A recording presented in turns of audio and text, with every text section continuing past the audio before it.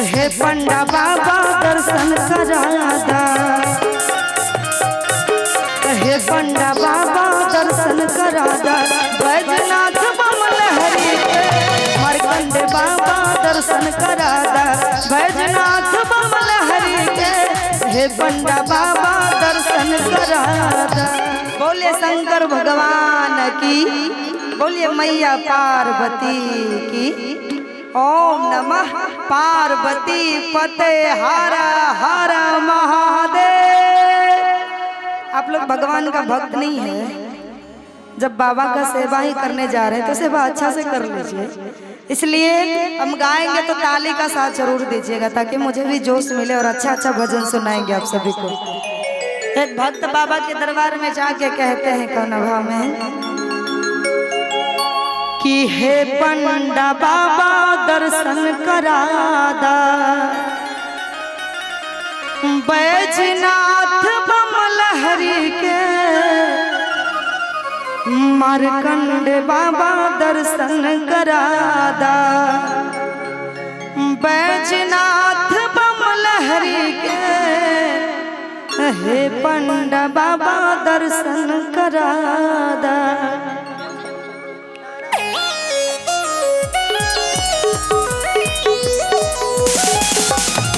क्या बात बोलता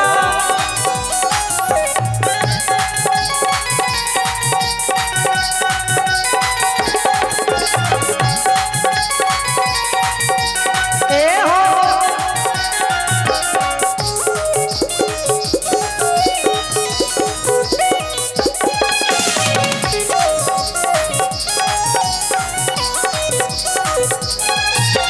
हे पंडा बाबा दर्शन करादा,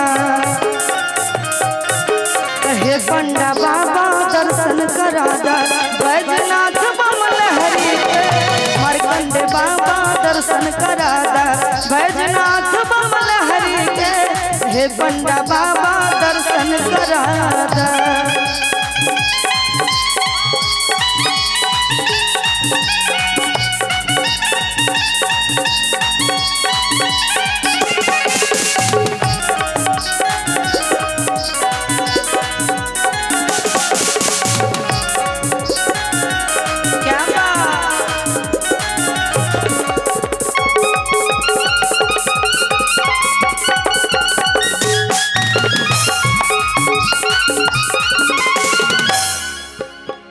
भक्त पंडा बाबा से कहते हैं कौन भाव में, करेला बाबा के तू से बताए, रो रो दर्शन हाफल जाए।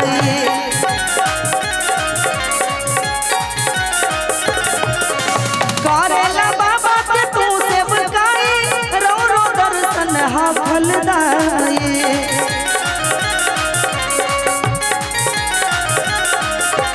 ज्योतिर्लिंग तक तू पहुँचादा, ज्योतिर्लिंग तक तू पहुँचादा, बैजनाथ बमल हरि के हे पंडा बाबा दर्शन करादा, बैजनाथ बमल हरि के हे पंडा बाबा दर्शन करादा। क्या बात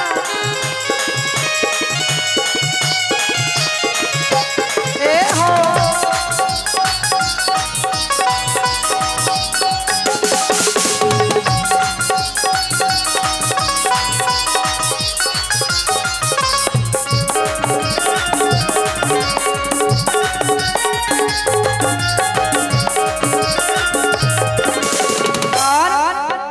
दर्शन के बाटे पाया भिलासा,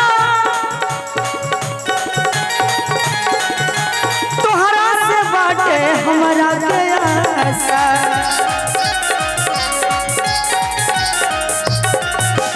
दर्शन के बाटे पाया भिलासा, तोहरा से बाटे हमारा के आशा।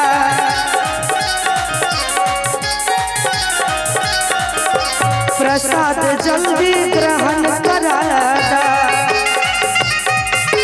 प्रसाद जल्दी ग्रहण करादा, बैजनाथ बमल हरि के हे पंडा बाबा दर्शन करादा, बैजनाथ बमल हरि के पांडे बाबा दर्शन करा दा